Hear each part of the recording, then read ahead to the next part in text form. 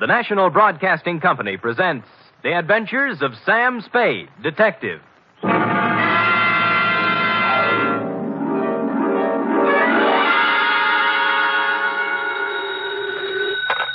Spade Detective Agency? Me, sweetheart. Oh, Sam. Now, F, all is forgiven, like I told you. How can you forgive me, Sam? I almost killed you. Well, why kick yourself, F? You would have done the private detective profession a great favor. Oh, don't say that, By Sam. removing from its rolls the only operative in San Francisco stupid enough to shake an apple tree for an entire evening trying to pick up an apron full of bananas. But they all can't come out right in the end, Sam. Ah, but you haven't heard the postscript, Angel. Postscript? Postscript, indeed. Batten down the hatches and warn all within earshot that they're about to catch Stupid Sam, the incomparable, in a new act. For during the next 29 minutes and 30 seconds, I shall don the mantle of Don Quixote, shoulder my battered lance, and tilt at windmills in an object lesson to the gullible entitled The Spanish Prisoner Caper.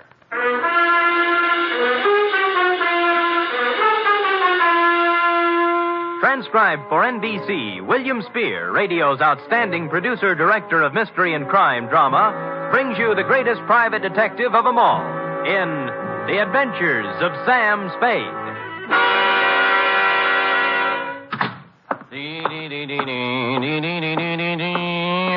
Effie? Yep. Sam, I don't know what... Oh, now, there, Angel. Don't cry, little girl. Don't cry.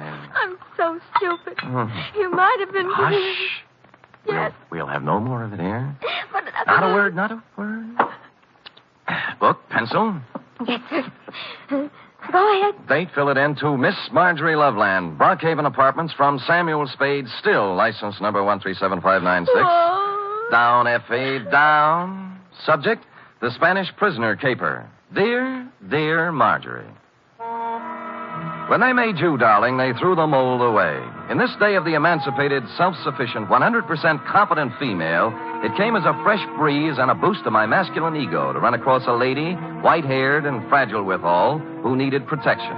After meeting you, I knew what the fellow had in mind when he wrote, Heaven will protect the working girl.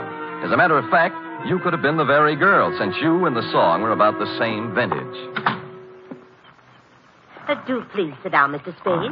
May I fix you some tea? No, thanks. I planned to come to your office, but I decided I just couldn't risk going out at this time. Oh, why's that? Well, he might come, you see. And I'd never forgive myself if I was out. Oh, who's this? Senor Palmera. Oh. Oh, he's more than a week overdue now, and I'm on pins and needles. I gave him my address here at the Brockhaven. But there's the Brocklebank and the Brockhurst and the Brockmorton and the Brock. Yeah. It would be so easy for him to become confused, being a stranger in town. Well, I'm a native. I'm confused myself. Well, I thought perhaps you could locate him. He should be back from Mexico by now with Don Luis. Don Luis? Dear me. So many things could happen to them. Walking the streets with all that money. What money?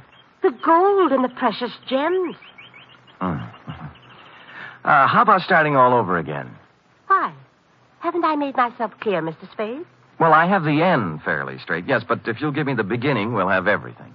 Well, I suppose the beginning was 3 weeks ago. Where? In the lobby of the Grand Hotel for Women. I see. I was staying there temporarily while I was waiting for this apartment, you see. So? So, the day I got word I could move here, I packed up and had them take my things out to the taxi. Then I went to the desk and got my money from the vault. Oh, how much? $840.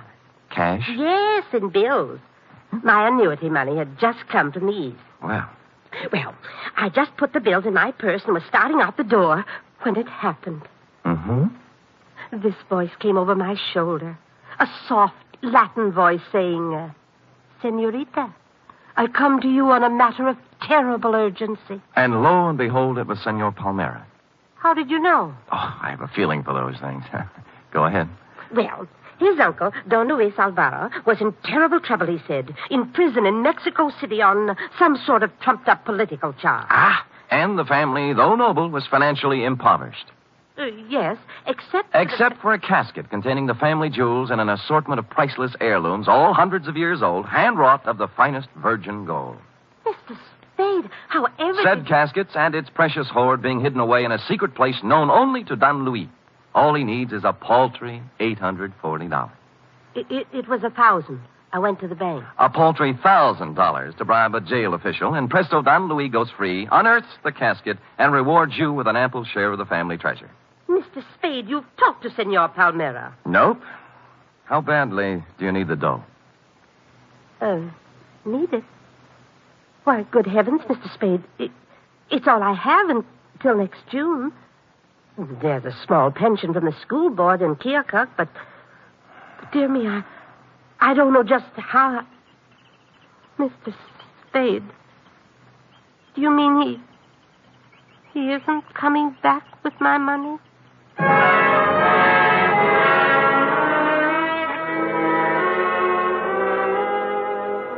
The truth of the matter, Marjorie, was that you'd fallen for the Spanish prisoner's swindle. A hoary old chestnut that goes back to the day of P.T. Barnum and before. But you look like if I gave you an honest answer, you'd dissolve into tears. And as I said, I was in one of my heaven and Spade will protect the working girl moods, so I made up a dishonest one. Mr. Spade, will I'll try and look him up. Maybe it's all a terrible misunderstanding. Oh, good.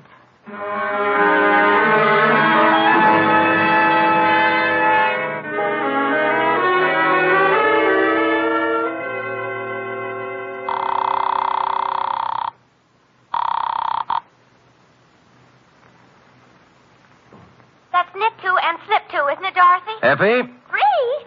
What'd you say? Miss Perrine. Oh, Sam Spade, Detective Agency. Mr. Spade is... This is Mr. Spade, charming one. Oh, Sam, I'm sorry. Yes. Dorothy's here, and I'm trying to learn to knit Argyle socks. Well, fine. Drop all stitches and look in the file for me, will you? I remember getting a circular a while back on a con man who was running the Spanish prisoner around here. What would it be under, Sam? Spanish prisoner? Con games, obsolete. Get out the file. Oh, just a minute. It's Sam, Dorothy. Count those stitches while I look in the file. Confidence games. Oh, here. You told me to knit to and slip to, I'm sure. Sam! Yeah? I found it. His name's Pedro Rodriguez. Rodriguez? There's no address, but it says he habitually associates with somebody named Lolita Montoya. Sounds Spanish. Slightly. Any address for her? 615 Mason Street. Fine. And that's all there is, Sam. Mhm. Oh, golly, I'm so mixed up with these darn Argyles. Well, what's so tough about that? Well, you ought to try it sometime. What row are you on? 27th.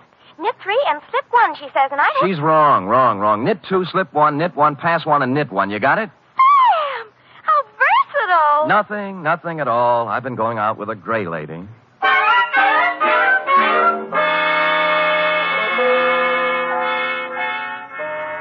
.615 Mason Street was a very large apartment building with the usual brass plate in the entry listing the inhabitants, among which I was happy to note was Lolita Montoya, apartment 408. I picked up the house phone and pressed the button. Yeah? Telegram for Lolita Montoya. Lolita isn't here. Lolita? My Lolita? Who is calling? Just a telegram, Pop. Stick it in the box, eh?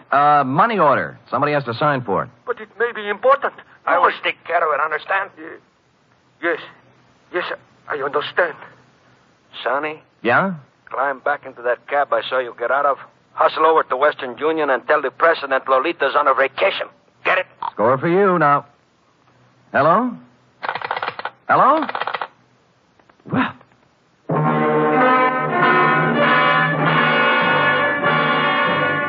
Nothing daunted, I punched a few bells until one of the less suspicious tenants gave me the front door buzz, walked in, and took the automatic elevator to the 4th floor. Or I should say toward the 4th floor, since halfway between the 3rd and 4th, she quit cold. The elevator, that is, but there are devices for such things. I pushed the button marked emergency, and it took me only 50 minutes to get out, assisted by the janitor, the manager, and 12 tenants. The doors on the 4th floor, it seemed, had been carelessly pried open and held that way by a magazine carelessly stuck in the crack. Continuing my stealthy approach to 408, I found my man and his pal had somehow sensed I was coming and run off without stopping to close the door. The apartment was filled with cigarette smoke and not much else, a bed, an empty dresser, and a table on which were one pot half full of foul black coffee, a little pointed gadget that looked like a nut pick, and a handful of metal shavings. I was contemplating what connection, if any, this had with your missing $1,000 when... Yeah? This is Stuyvesant, Pedro. I just wanted to inquire how everything is coming along, if at all. See, great. How much? Well, there's $1,000. Is it good? Oh, gee, boy, what do you think? Pedro, this here is joyous news. Like you said, Pedro, our Spanish prisoner is a valuable man. Huh? I must hustle over to the lighthouse and inform Lolita. Lighthouse? She has been very conscientious in the role, Pedro, very. Oh, see, great. It's not every girl who would sell out her grandfather so readily, Pedro. Nope. We must not take Lolita for granted. I will give it a new rumble, and we'll see you tonight at Simplex. Right? See, right. Au revoir, Pedro. Au revoir? What au revoir? Oulé, Stivey.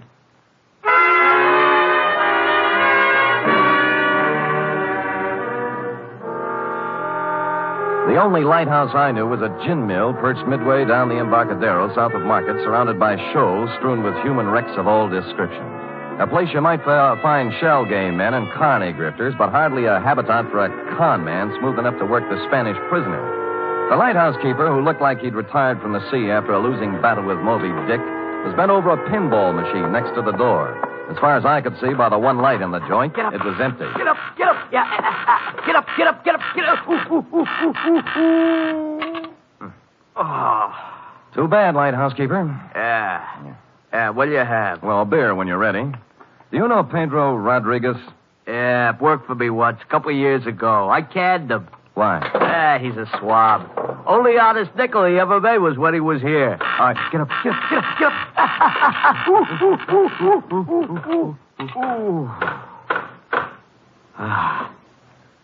Thanks. Yeah, crooked swab is Pedro Rodriguez. He's up to something right now, if you ask me. Spanish prisoner? Oh, you mixed up in it too, huh? Nope, I just want to be. How does it go? Well, I don't know much about it, only it seems to smell. See, Pedro was sitting at the bar the other night with another swab, talking about an old Spanish gent who's going to make him $1 million. Just come over from Spain. Get up, get up, get up.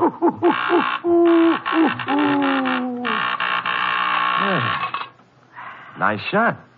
Body English, pure and simple. Yeah, so what about the Spanish gent? Well, I didn't hear no more about that. Hey, I'll tell you what you do. You ask Lolita about it. Anything Pedro is mixed up in, she generally knows about. Good. Where do I find Lolita? Let's see. I ain't sure whether it's the third or the fourth. Third or fourth what? The booth from the back there. Oh. She's been sitting there all night writing letters. You better be careful, though. She got an awful temper. Thanks, lighthouse keeper. How about the beer? Sure. Hey, Larry, draw one.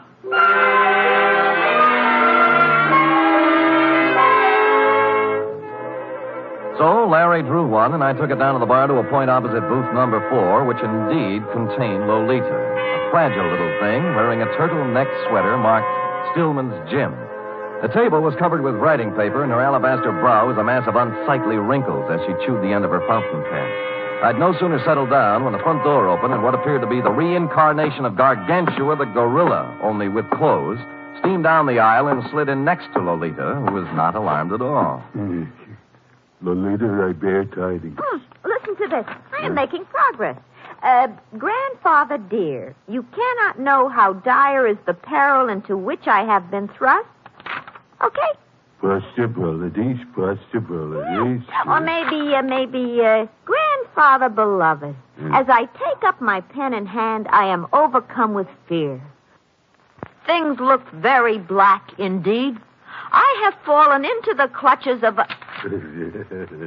Stuyvesant, what are you grinning at? I have just conversed with Pedro on the telephone. We are in. Really? Yeah. Hey, you mean no more letters? No more. Pedro is exalted. He says that... What's the matter? Are we interfering with your train of thought, Buster? No. Go right ahead. I'll just sit here and drink my beer. Wait a minute. Now, look, George, there is plenty of bar down near the front door. Leave him be, Lolita. He's just a schmuck. I'm not so sure. He's got an honest look about him I do not like. What is on your mind, George? Pedro. Pedro, huh? Yeah, he's getting careless. Shortchanged a friend of mine $1,000. How does this figure? This man is subtle, Stivey. Yeah. You are anxious to put the bite on Pedro for $1,000, right? Huh? That is, unless Pedro wants to take a 5-year rap, it's up to him. 5-year rap for what? Stupidity. They ought to know better than to try to get by with a Spanish prisoner, honey. Spanish prisoner? Nose. What'd I tell you? It's a shakedown. Are you? Relax, Stuyvesant. Violence will get you nowhere. Out of my way, Stuyvesant. I'll show this tin horn. Lay off, Lolita, not the gun. I said get out of my way. You better let me have it, baby. Lolita, temper.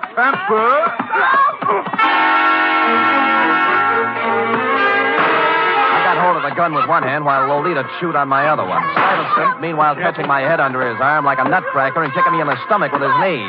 This went on for some time, then I became vaguely aware of Stuyvesant's fist, as big as a ham, coming up from the floor. He caught me on the side of the head, and I skidded down the marble floor, past the row of booths like a ball on a bowling alley, scoring a 10-strike on the pinball machine, which leaned drunkenly over me, stuck out its coin drawer, and flashed a red light in my face, reading, "Foul ball, try again." Stupid me, I did.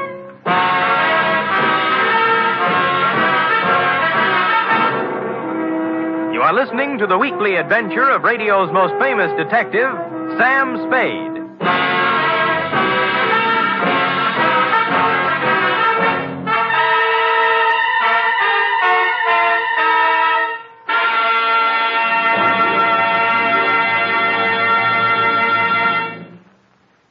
Three chimes mean good times on NBC. There's music and mystery tomorrow on NBC. For music, your hit parade brings you the top tunes in the land, as selected by you and presented by Raymond Scott's Orchestra, Eileen Wilson, and Snooky Lanson. For mystery, Herbert Marshall stars as the Man Called X, an intrepid adventurer in international intrigue who travels to all corners of the world. Wherever there is danger, romance, and mystery, there you will find the Man Called X.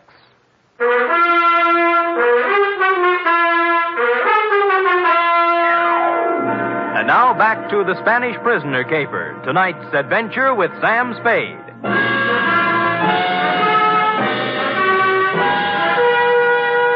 I came to with my head jammed between the brass rail and the bar next to what proved to be the lighthouse keeper's left shoe, parked as always in front of the pinball machine. Larry, that's up front. Oh. All right, get up.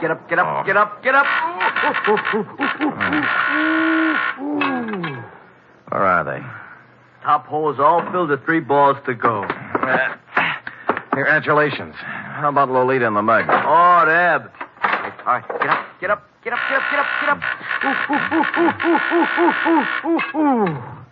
Oh, Deb? Took off, blast 'em. I had 780,000 points run up, and they had to go and throw you at the machine, cause a tilt. And Larry!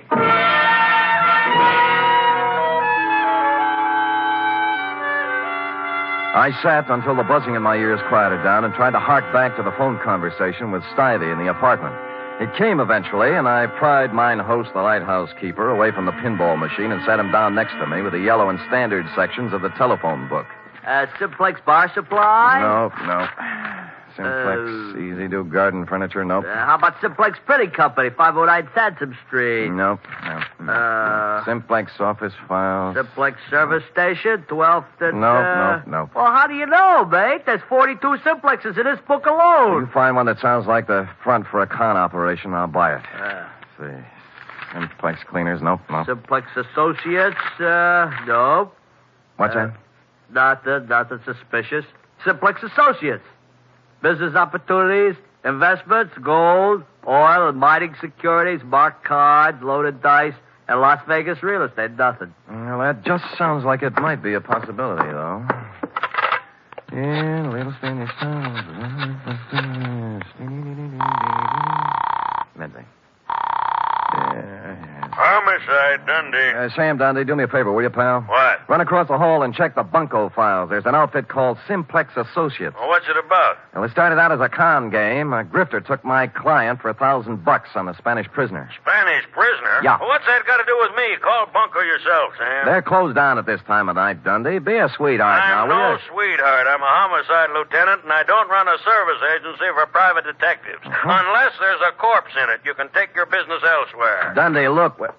Hold it, will you? I can't hold it. I got to get it. Lolita, where is she? Where is my... I got him. Put him down on the floor. The couch in the back. No, don't move. Easy. There. That's it. Lolita, I know she is here. They must free her. You must call the police and... Free her? Why was Pedro holding her? To make me do this thing, this terrible thing. And I have done it. But you must stop him now. He will let my Lolita go now. And then you must stop him. Millions of pesos and my honor. You must. Where is he? Simplex. He's in a bad way, mate. Not anymore. He was an aristocrat, thin face, silver hair, and the look of a Bourbon. It stopped me, Marjorie, because here it was, just like your Senor Palmera told you. The nobleman in the ragged clothes and dangling from one of his ankles the broken chain of a leg iron. In short, the complete Spanish prisoner. Dundee, it's legitimate now. You've got your corpse.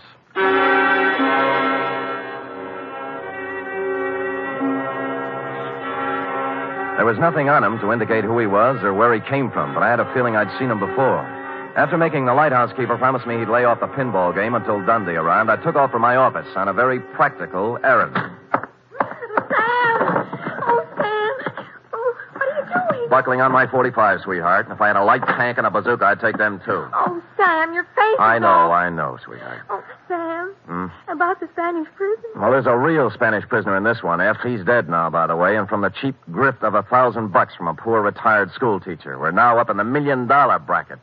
They got a murderous ex-Corrine playing like she's been kidnapped and writing extortion notes to her grandpa, and a mug who looks like a monkey's nightmare, and nut picks and metal shavings, and someplace or somebody named Simplex, not to mention... Oh, Sam, stop it. It's all my fault. I was so mixed up with the Argyles. What have the Argyles got to do with it? When you called about the file, the circular on the confidence man. Yeah? I was looking under Kong under the C's, but I got out the one next to it by mistake. No. Yes. The one marked counterfeiters. Only then did I remember where I'd seen the old man before. The paper was still on my desk, and his picture was still on the front page over an article that ran something like this. Search on for ex-Spanish Treasury official. Police today were still without definite leads in the search for Raymond Montoya, former chief engraver of the Spanish Mint.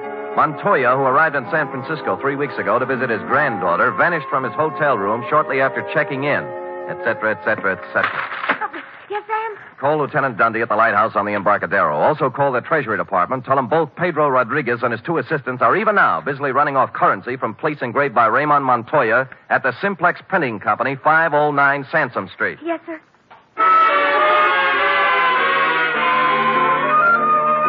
Mexican pesos it was, by the basketful. And the Treasury dicks agreed it was a happy thing for Mexico that Raymond had kept his engraver's tool on the right side of the law up to now. As to the matter of your Senor Palmera and his Spanish prisoner, I had excusably, I hope, lost my enthusiasm. And so it was, Marjorie, that I walked into the Palace Hotel lobby a couple of hours later to call you. Yes, sir? I'd like some nickels to phone, please. Why, sir. Shall I? No. They're phony Mexican bills. Oh, dear.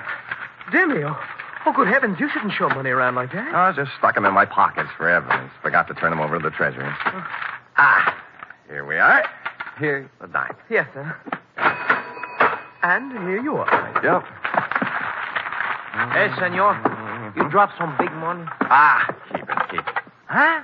Yeah. Put these back in my pocket.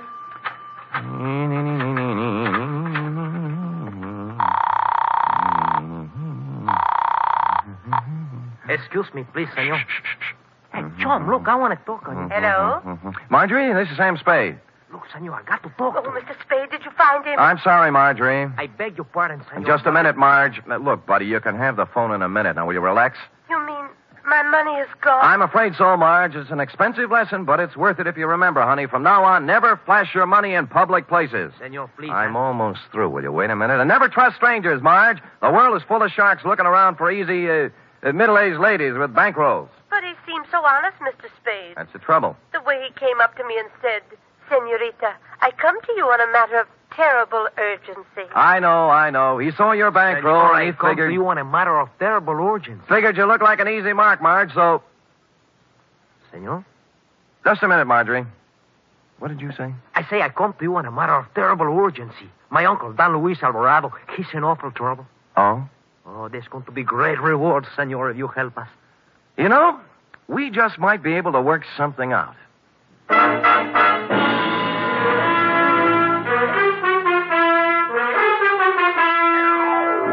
Well, Marjorie, he had $1,358, from which I deducted your $1,000 enclosed herewith, plus $58 representing my standard retainer.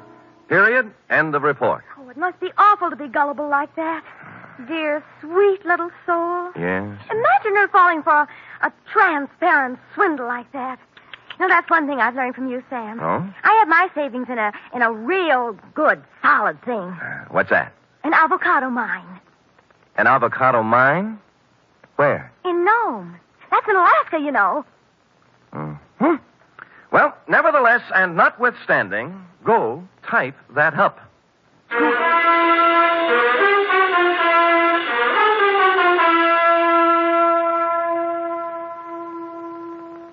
Three chimes mean good times on NBC. For something new about the Army, hear the Phil Regan Show every Sunday on NBC. Coming from a different service base every week, Phil Regan brings you songs and fun and brings prizes to talented GIs. It's an exciting newcomer in your Sunday chime lineup on NBC. And Sunday also means Cary Grant and Betsy Drake as Mr. and Mrs. Blandings.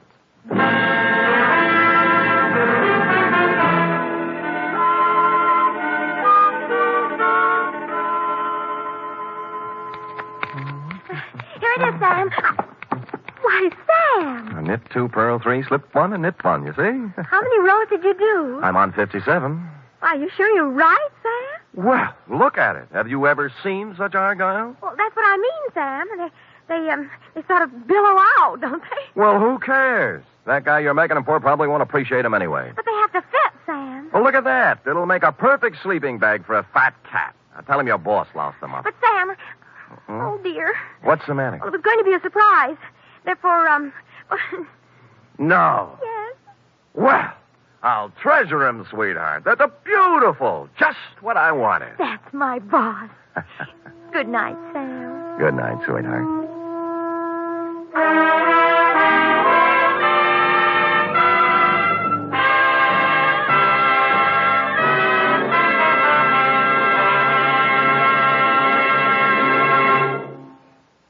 Tonight's transcribed adventure of Sam Spade was produced, edited, and directed by William Spear.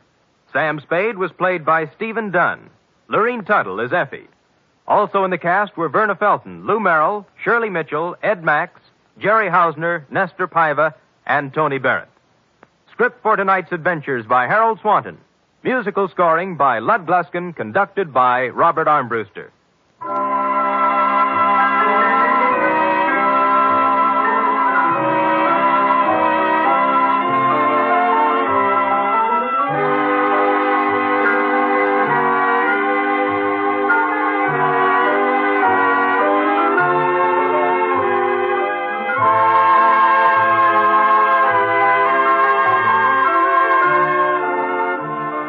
Join us again next week, same time, for another adventure with Sam Spade.